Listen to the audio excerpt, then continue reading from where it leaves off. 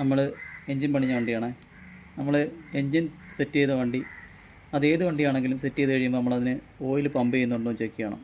അതായത് ഈ എൻജിനകത്ത് ഓയിൽ ഈ ഹെഡിനകത്ത് വരണം. അങ്ങനെ പമ്പ് ചെയ്തെങ്കിൽ മാത്രമേ പ്രോപ്പറായിട്ട് ഓയിൽ എല്ലായിടത്തും കറക്റ്റായിട്ട് കിട്ടുകയുള്ളൂ, എൻജിൻ സ്മൂത്തായിട്ട് ഓടുകയുള്ളൂ. അത് നമുക്ക് ചെക്ക് ചെയ്ത് നോക്കാം. അതിനുവേണ്ടി ഇപ്പോൾ അടുത്തൊരു സോക്കറ്റാണ്, ഒരു വയറിംഗ് കിറ്റിനകത്ത് ഞാൻ കട്ട് ചെയ്തെടുത്ത സോക്കറ്റ്. ഇതിൻ്റെ പോസിറ്റീവ് നെഗറ്റീവ് ലൈന് ഇതുപോലെ കറക്റ്റായിട്ട് കൊടുക്കുക. പിന്നെ നമുക്കൊരു ബാറ്ററി എടുക്കുക.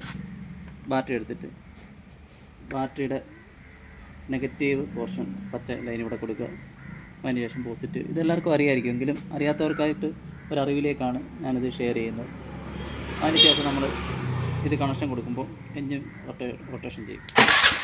അതിനുശേഷം നമ്മൾ ഇവിടെ ചെക്ക് ചെയ്താൽ ഓയിൽ പമ്പ് ചെയ്യുന്നതാണ്. ഇങ്ങനെ പ്രോപ്പറായിട്ട് ഓയിൽ പമ്പ് ചെയ്തിരിക്കണം. എൻജിൻ പണിയുന്ന വണ്ടി നമ്മൾ കറക്റ്റായിട്ട് പമ്പ് ചെയ്യുന്നുണ്ടോ ഇല്ലയോ എന്ന് ചെക്ക് ചെയ്യാതെ വണ്ടി വിടരുത്. അത് വീണ്ടും എൻജിൻ പണിക്ക് കാരണമാകും. അപ്പോൾ നമുക്ക് ചെക്ക് ചെയ്ത് നോക്കാം.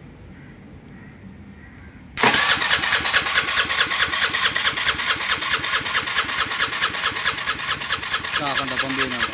ഇതുപോലെ പ്രോപ്പറായിട്ട് ഓയിൽ പമ്പ് ചെയ്യണം, എങ്കിൽ മാത്രമേ അത് കറക്റ്റ് ആവുകയുള്ളൂ. ഓക്കെ, ഇനി അടുത്ത വീഡിയോയുമായി നമുക്ക് പിന്നെ കാണാം. Thank you, by.